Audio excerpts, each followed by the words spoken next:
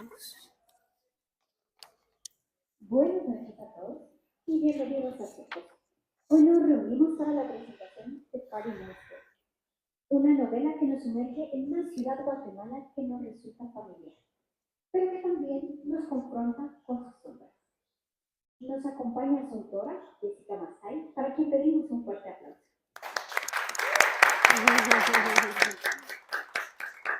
Esta noche me acompañan Vania Vargas y Dolores Marroquín, quienes compartirán con nosotros sus reflexiones acerca de esta obra.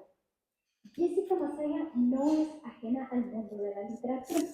Con una formación en arte dramático y letras, su trayectoria ha permitido explorar las complejidades de nuestra sociedad desde distintas perspectivas. En Party Monster, su pluma nos guía a través de historias entrelazadas que exponen la violencia, la impunidad y la doble moral, mientras revelan las formas en que intentamos sobrevivir la desesperanza. Este evento es particularmente relevante porque nos invita a hablar de realidades que, aunque incómodas, son necesarias en abordar. Party Monster no solo nos enfrenta a las problemáticas sociales de nuestro país, sino que lo hace con una mirada lúcida y sin concesiones. Entre sus páginas, la ciudad se convierte en un personaje más, testigo y cómplice de las historias que nos desafían y conmueven. En Somos creemos que la literatura es un espacio para la reflexión, el diálogo y el pensamiento crítico. Por eso nos orgullece presentar esta novela finalista de la Bienal Guatemalteca de Novela Terrena en 2022, que se suma a la valiosa producción de escritoras guatemaltecas contemporáneas. Raúl, muchas gracias por siempre seleccionar este espacio. Esperamos que disfruten esta velada. El micrófono es suyo.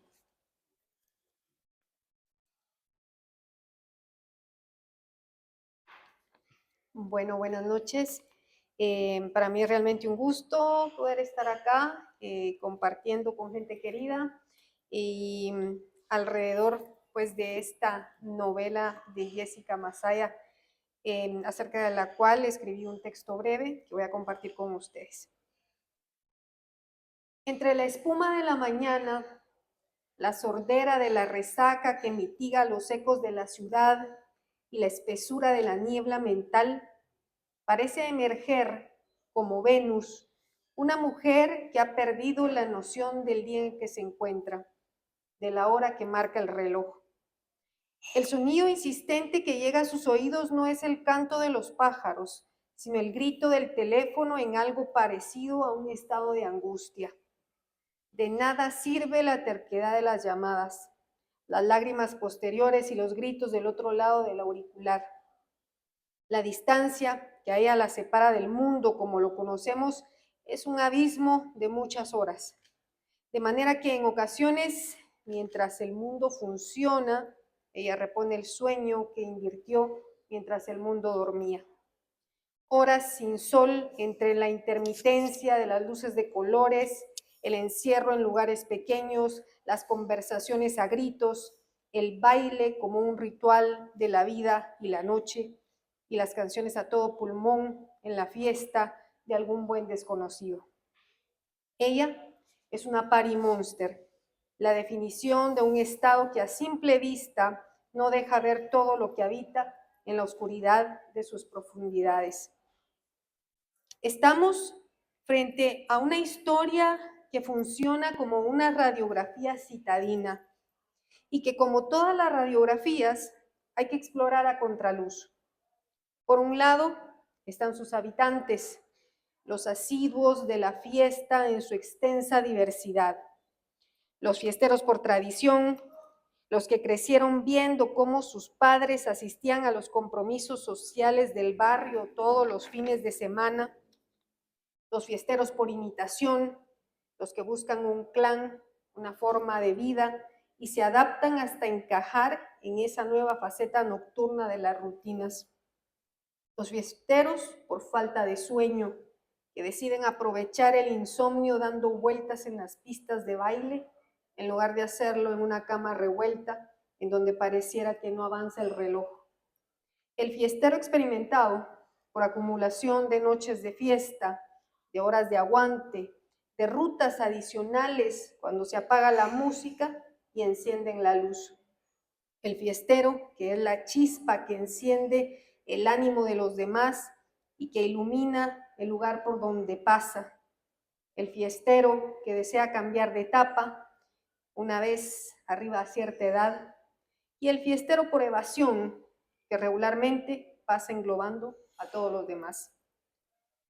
Por otro lado, aparece geográficamente la ciudad de Guatemala, sus barrios tradicionales, los bares de la zona 1, sus miércoles de cumbia, las familias de la zona 5, el campus de la USAC y temporalmente abarca desde los últimos años del conflicto armado, pasa por los años posteriores a la firma de la paz, visita la tradición también fiestera de la huelga de Dolores y un tiempo en el que se espera la redención de una comisión que aparezca para renovar el Ministerio Público, le dé paso a la aplicación de una justicia siempre huidiza y aterriza en el 2014, ese año en el que la justicia pareció empezar a llegar hasta los que se creían intocables.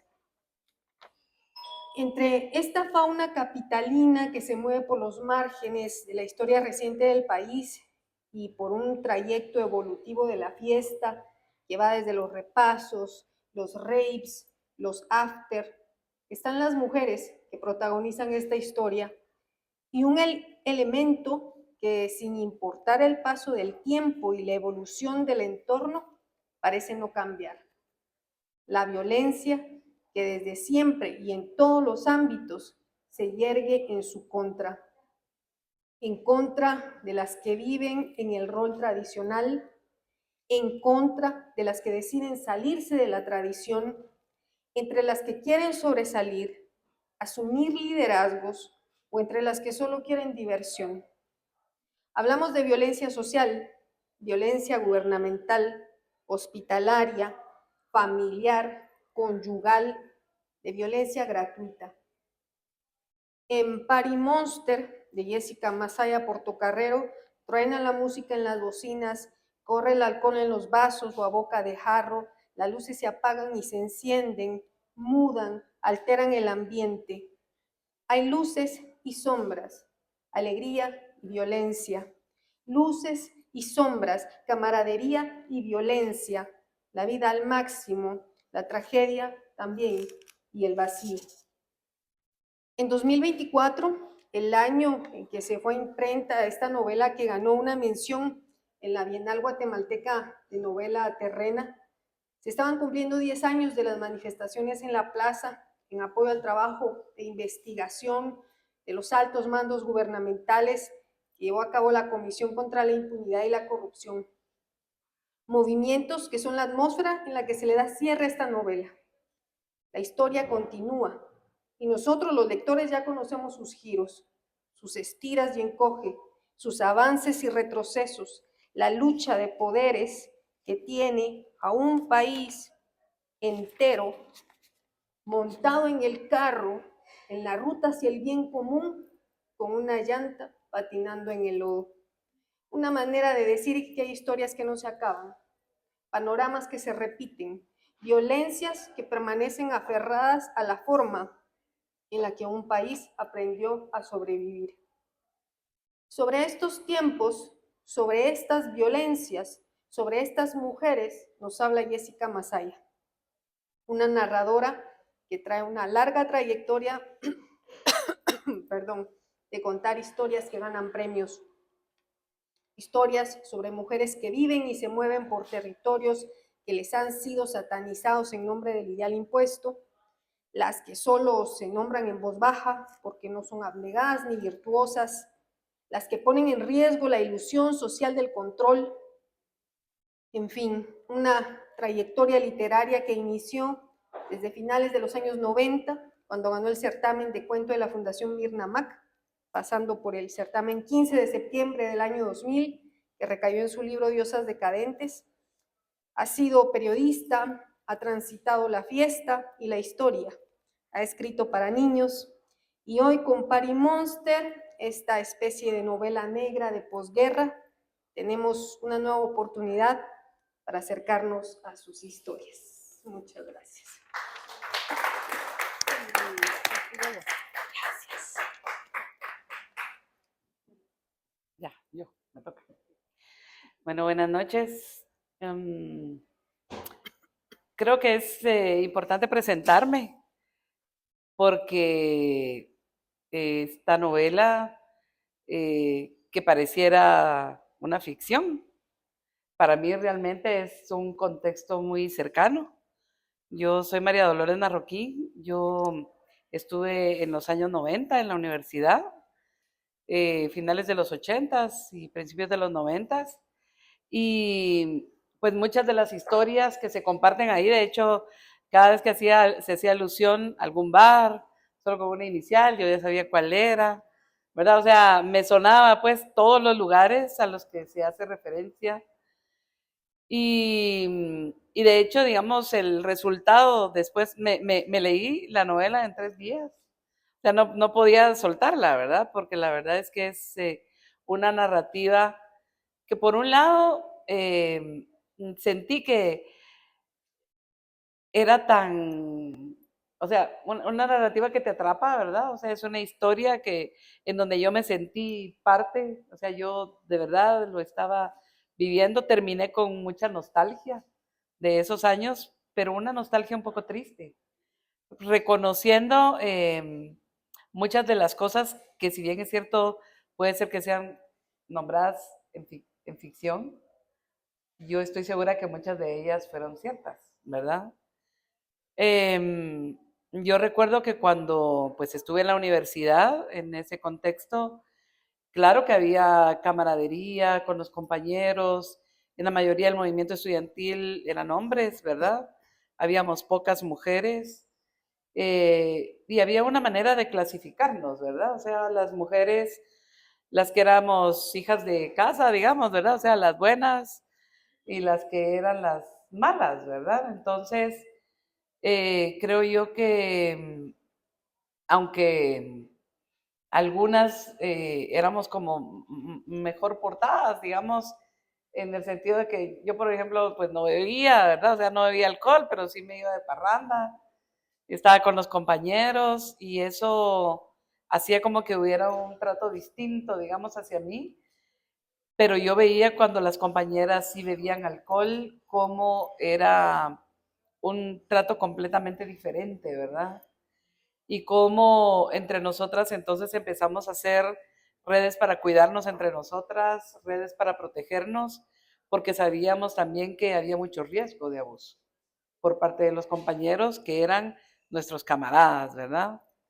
Y con mucha tristeza digo eso, porque la verdad es que aunque nosotras empezamos con grupos de compañeras, con varias compañeras, a organizarnos y armar colectivos de mujeres, a meternos en las lecturas del feminismo, a plantear propuestas. Yo recuerdo que todavía, digamos, tuvimos que pelear mucho y fue muy duro, ¿verdad? Tuvimos que aliarnos a veces con chavos que eran gruesos. Todavía yo me recuerdo una boletina que hicimos una vez que no nos dejaban leerla. El honorable no nos quería dejar leer y entonces nos aliamos con el sub de ingeniería para que nos permitiera y entonces ya llegó el comité de orden de ingeniería que eran así montoneros y los meros machos, ¿verdad? Entonces ellos llegaron a darnos el espacio, a abrir el espacio porque el honorable no nos quería permitir leerlo, o sea, digamos como que eran ese tipo de alianzas que teníamos que hacer en medio también de un sueño, de una esperanza de construir algo distinto, pero dando las batallas con los compañeros, ¿verdad? Y las compañeras también, porque incluso una vez nos planteamos hacer un encuentro de mujeres universitarias y hubo compañeras que nos bloquearon la actividad porque nosotras estábamos dividiendo el movimiento, ¿verdad? Entonces, digamos, digo esto no en son de queja, sino más bien como parte de la historia, ¿verdad? Y como lo que me evocó leer esta novela, porque efectivamente fueron momentos, yo digo, los de la universidad fueron una etapa muy alegre, porque la verdad es que fue súper emocionante además, ¿verdad? A pesar de que no había teléfonos celulares, yo no sé cómo nos comunicábamos a la casa, la verdad, ¿verdad? O sea, Nos metíamos, sí, nos metíamos a los edificios por las gradas. Los guardias eran amigos, eran compañeros, ¿verdad? No eran los policías privados que tiene ahora la universidad. La universidad era una casa de resguardo, sobre todo para quienes éramos parte del movimiento estudiantil. Los policías nos cuidaban, ¿verdad? O sea, había mucha solidaridad con el sindicato de trabajadores de la universidad. Entonces la universidad para mí siempre fue mi casa, ¿verdad? Era un lugar que conocí, era un lugar, pero eso era para mí que yo era parte del movimiento estudiantil. Conozco otras historias, ¿verdad? De abuso sexual, de violación a compañeras que venían desde económicas y que tenían que salir a tomar sus ruleteros antes hasta en la salida de la universidad. Y recuerdo también con mucha tristeza comentarios de los mismos compañeros que cuando nos llegaban a poner la denuncia a la EU, nos decían, pero era bonita la chava, ¿va? Comentarios de ese tipo que de veras dolían tanto, ¿verdad? O sea, y que era tan difícil todavía en ese momento, porque estamos hablando de chavitas de 20 años, pues, ¿verdad? De 20, 21 años, éramos muy jóvenes, no teníamos toda la argumentación, no teníamos todo el que digamos como todo el sustento, toda la comprensión, ¿verdad? Compleja que tenemos hoy de la realidad. Y nos costaba mucho poder explicar cómo todo esa realidad nos atravesaba el cuerpo y nos dolía también, ¿verdad? Y no poder explicarlo a los compañeros lo terrible y lo doloroso y lo profundo que eran esos comentarios, ¿verdad? Por supuesto, digamos, me veo en la novela en esa ilusión que teníamos cuando éramos chavas y que llegamos ahí con muchos sueños y tratando de hacer la diferencia y tratando de hacer alianzas con los compañeros, a pesar, digamos, de que nos decían que éramos unas lesbianas, algunas sí, ¿verdad? Después ya se asumió el asunto, otras no, pero digamos que era como una acusación en ese momento, ¿verdad? Y todavía todas andábamos como descubriendo nuestra sexualidad, o sea, ni siquiera teníamos claro si éramos, no éramos o qué éramos, ¿verdad? Y creo que eso es una cosa bien chula que miro ahora yo con las chavas, ¿verdad? Yo fui a la universidad así como, fue antes de la pandemia, y entré a la escuela de historia y ahí en el patio, antes de que empezaran las clases, y encuentro una pareja de chavas muy cariñosas ellas, así, yo dije, wow, cómo ha cambiado esto, ¿verdad? Pero me dio muchísima alegría ver que estuvieran con mucha libertad, porque cuando yo estudié ahí eso hubiera sido muy, muy, muy fuerte, o sea, hubiera habido demasiada crítica, de hecho, no se hubieran animado. Yo tuve compañeras que eran pareja y que jamás lo demostraron, ¿verdad? Porque temían mucho eso, salir en los boletines, salir vilipendiadas, ¿verdad? O sea, era demasiado fuerte la crítica. Eh, Creo que la novela justamente nos da un contexto de los años 90. Creo que nos ayuda a entender también como un lado de esa organización social que todavía estaba como en deconstrucción de cosas, que estaba pensándose cosas, pero sobre todo visibiliza los esfuerzos que las mujeres estábamos, ¿verdad? Porque me siento, ¿verdad? Yo cuando leo a la protagonista, pues no me miro, no me reflejo completamente en ella, pero sí miro que somos nosotras, ¿verdad? O sea, somos nosotras las que estamos ahí, nosotras y con las características de unas y de otras, ¿verdad? O sea, ahí está la que le encantaba bailar, la que bebía, la que era irreverente, la que era, que digamos como la más soñadora, o sea, ahí estamos todas y pues sí me parece que es un libro que al principio yo dije, qué crudo, ¿verdad? Y me pareció también como un, un choque pensar que una mujer pudiera escribir una historia tan cruda, ¿sabes?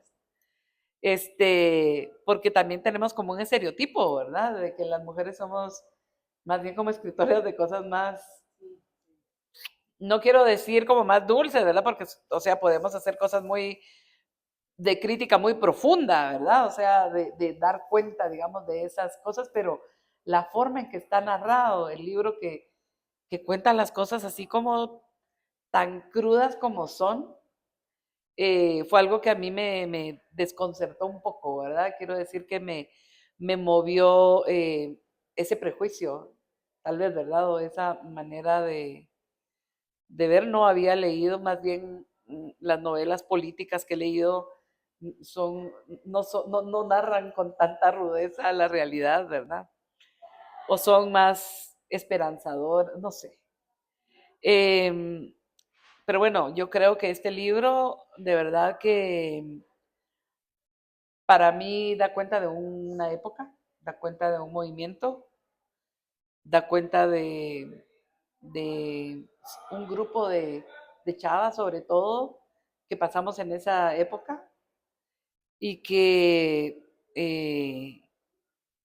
lo bonito del asunto también es que muchas de estas seguimos todavía, ¿verdad? O sea, salimos de la universidad y estamos dentro del movimiento feminista, estamos en muchos lugares, en diferentes áreas del arte, de todo, ¿verdad? De la sanación, o sea, pasamos por la universidad y eso también a algunas nos impactó mucho, política, en nuestra salud, en nuestras relaciones, en todo. Entonces, creo que ese impacto hoy se refleja en las cosas que hacemos. Y bueno, pues con eso, muchísimas gracias Jessica por invitarme a esto y de verdad que me siento muy, muy halagada de que me hayas invitado a comentar esto. Muchas gracias.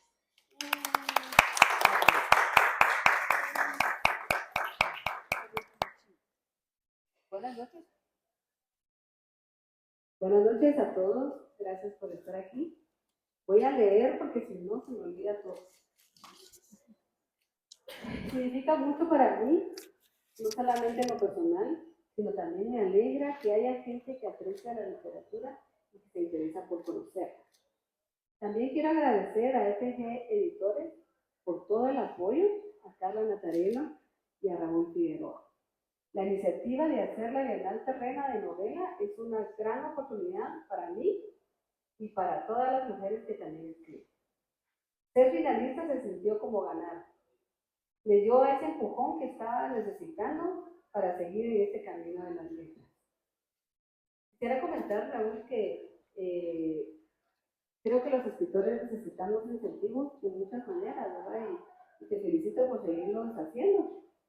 Yo, cuando terminé la novela, no tenía idea si a alguno le iba a gustar o le iba a leer, y haber quedado finalista fue como una señal que me cambió la perspectiva de lo que estaba viviendo. Agradezco las palabras de María Dolores y de Vane. Quise invitarlas a ustedes con especial cariño. María Dolores, socióloga y quizá la primera feminista que conocí y que me impactó en los 90. Tal vez ella no se acuerda, pero yo le pedía consejos y ella siempre fue muy paciente conmigo.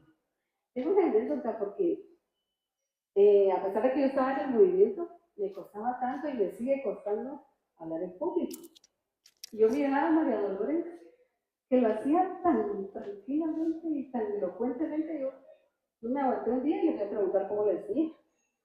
Y yo pensé que había mucho atrás, había que me iba a dar una gran cátedra, pero qué tan sencillo, me dijo, se aprende haciéndolo. Entonces yo dije, bueno, si ella lo dice, no es tan fácil. Pero eso me motivó que definitivamente la primera vez me moría, la segunda vez un poquito menos. Ahora estoy aquí todavía nerviosa, pero también disfrutando. Y por otro lado, mi amiga Vania es una talentosa escritora que admiro desde hace años. Me parece una voz constante y necesaria en nuestro ámbito, siempre acuciosa y relevante. Protagonista y testigo de nuestras letras.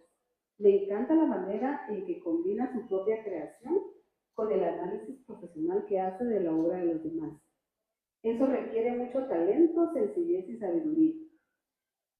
Yo creo que cuando uno escribe un libro, aunque no lo está escribiendo precisamente para que la gente lo lea, la retroalimentación es muy importante después, ya cuando el libro está cerrado, terminado, entregado.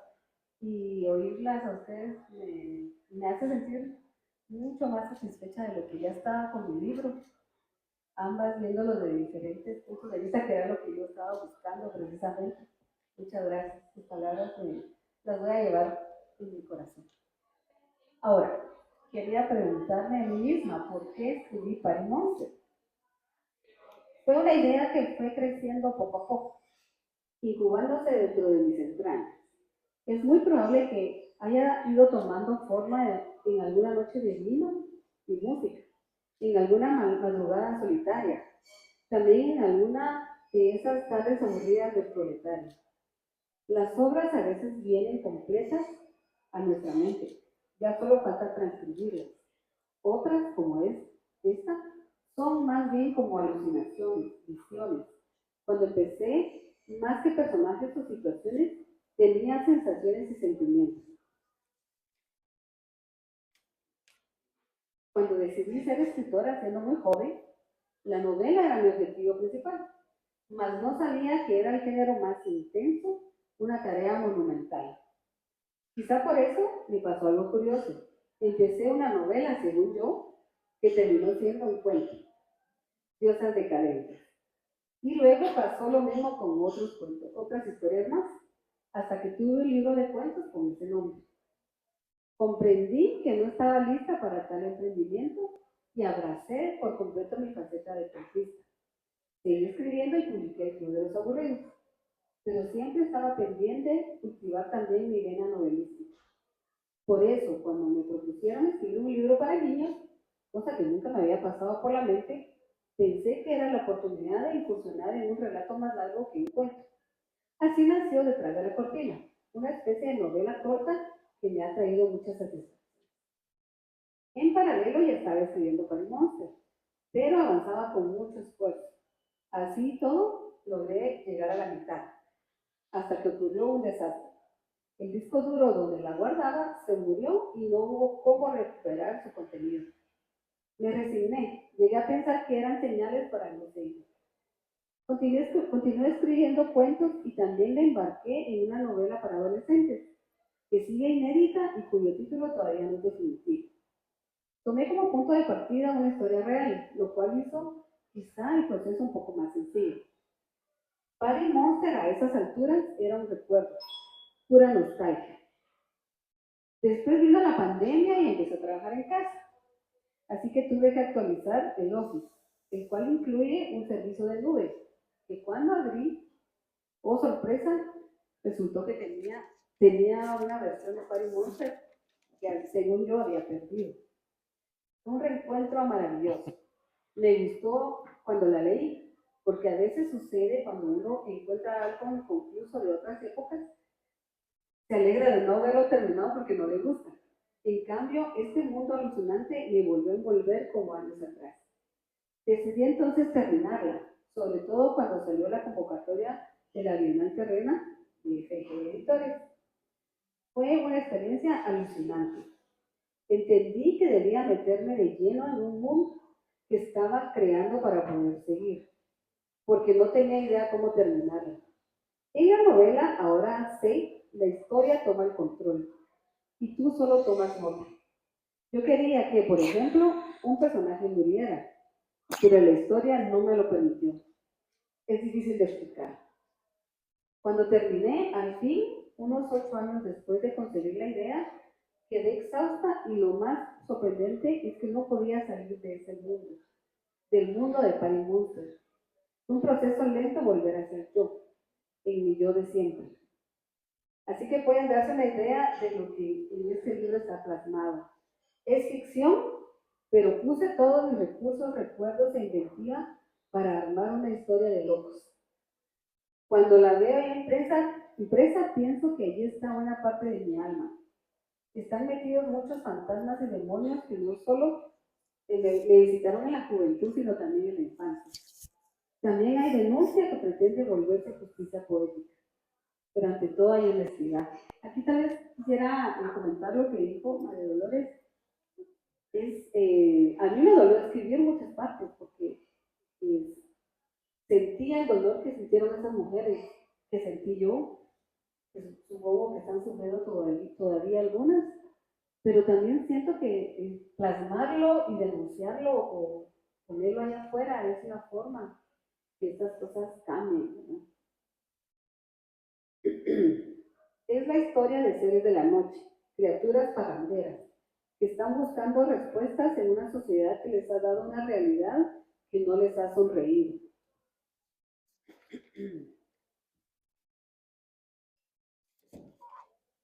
Espérenme, que falta una hoja.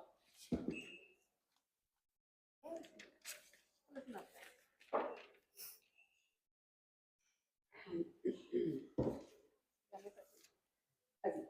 El telón de fondo es la vida nocturna de Guatemala, con sus cosas buenas, pero también sus cosas feas.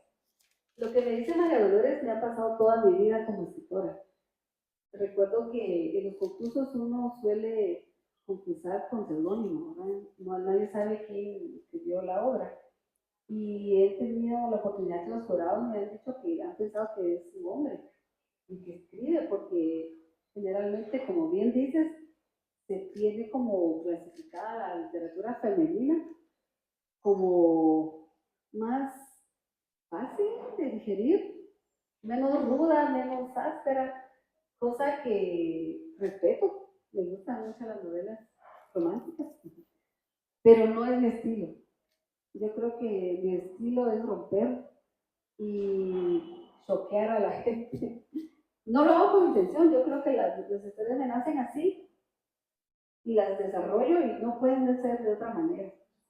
Sin embargo, es una forma que es mi lugar, ¿verdad? En la literatura, es mi lugar, es mi voz y espero seguirla cultivando más y seguir impactando más gente.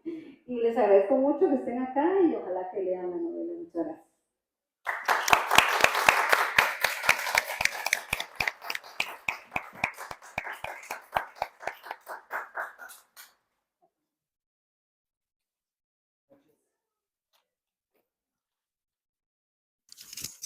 Buenas noches. Muchas gracias por estar acá con nosotros. Muchas gracias, Vania. Muchas gracias, María Dolores. Gracias, Jessica. La verdad es que yo me siento muy contento. Bueno, muchísimas gracias a Sofos por la hospitalidad, por permitirnos una vez más estar acá presentando un libro de FIG Editores. La verdad, les decía, me siento muy contento de estar hoy acá presentando este libro, que es el segundo volumen de la colección Terrena, que nosotros esperamos crezca mucho. La Bienal, como su nombre lo indica, se convoca cada 2 años y como parte de los compromisos que nosotros hemos asumido con el Banco de Desarrollo Rural, es que existe la posibilidad de que el jurado sugiera la publicación de novelas que no ganan el premio. Esto nos permite pues publicar más que una novela escrita por mujeres. ¿Por qué hicimos un concurso dedicado a novela escrita por mujeres? Porque precisamente hay muy poca novela escrita por mujeres. Y me alegra mucho escucharte, Jessica, cuando decís que esto efectivamente es un estímulo, porque eso es lo que queremos, estimular a las mujeres a escribir novela con la perspectiva de que sí es posible que su novela, si hay un jurado que dice que vale la pena publicarse, sea publicada. Así que realmente me alegra mucho esto hoy, que es Día de las Felicidades, y en que desafortunadamente el país más feliz del mundo bajó 2 puntos en la escala mundial, pero seguimos siendo felices a pesar de los pesares y de la violencia y de la Consuelo Porras y Coluchis. Realmente la serie que esperamos, es decir, estos 2 libros que hemos publicado en Terrena, nos permiten de alguna, son 2 novelas que pone en evidencia la violencia que sufren las mujeres en Guatemala. Es decir, están situadas en dos momentos distintos, pero la violencia en contra de las mujeres es una constante. Es decir, la literatura no es precisamente discurso político, pero es muy importante que se ponga en evidencia esto, que muchas veces cuando lo leemos en el periódico no nos enteramos, pero una novela nos toca. Así que gracias, Jessica, gracias por haber participado en el concurso y esperamos que en la próxima edición haya otra novela tuya. Sí, la Terrena no tiene limitaciones de participación a quienes han ganado previamente, así que esperamos próximamente estar convocando a una nueva edición de Terrena. Gracias a ustedes por estar acá. Si tienen alguna duda, algún comentario, el micrófono es de ustedes.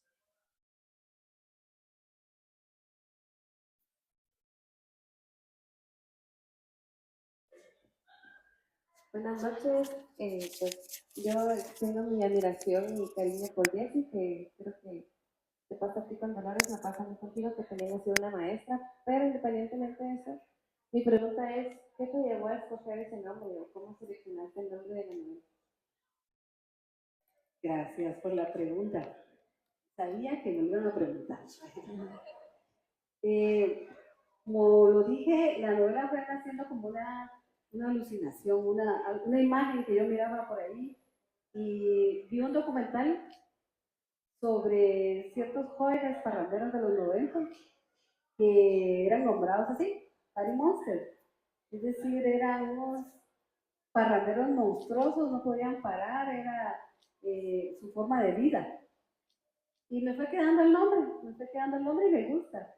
Creo que es una representación, una clasificación del parrandero más empedernido, nivel Dios, que no es fácil ser, ¿verdad? Y supongo que existen pocos, pero existen. Y así quedó el nombre. Yo tenía pena por hacer una frase en inglés, pero finalmente, no sé, Vania me va a dar la razón. Cuando queda un título, queda.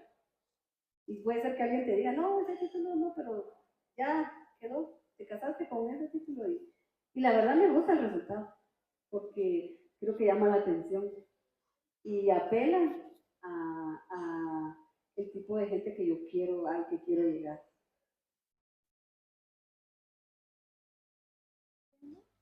¿Alguna otra pregunta?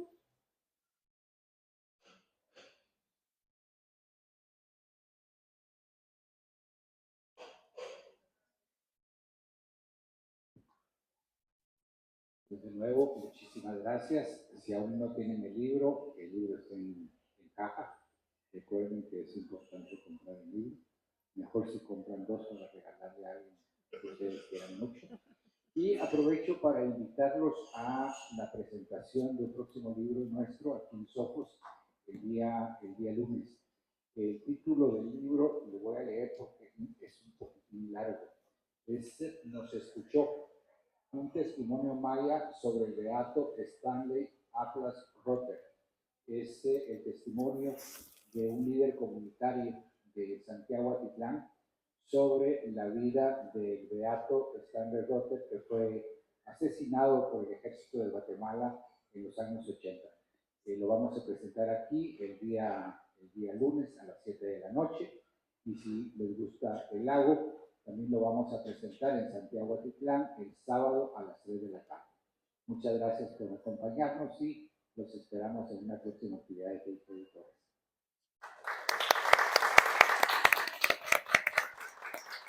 Listo.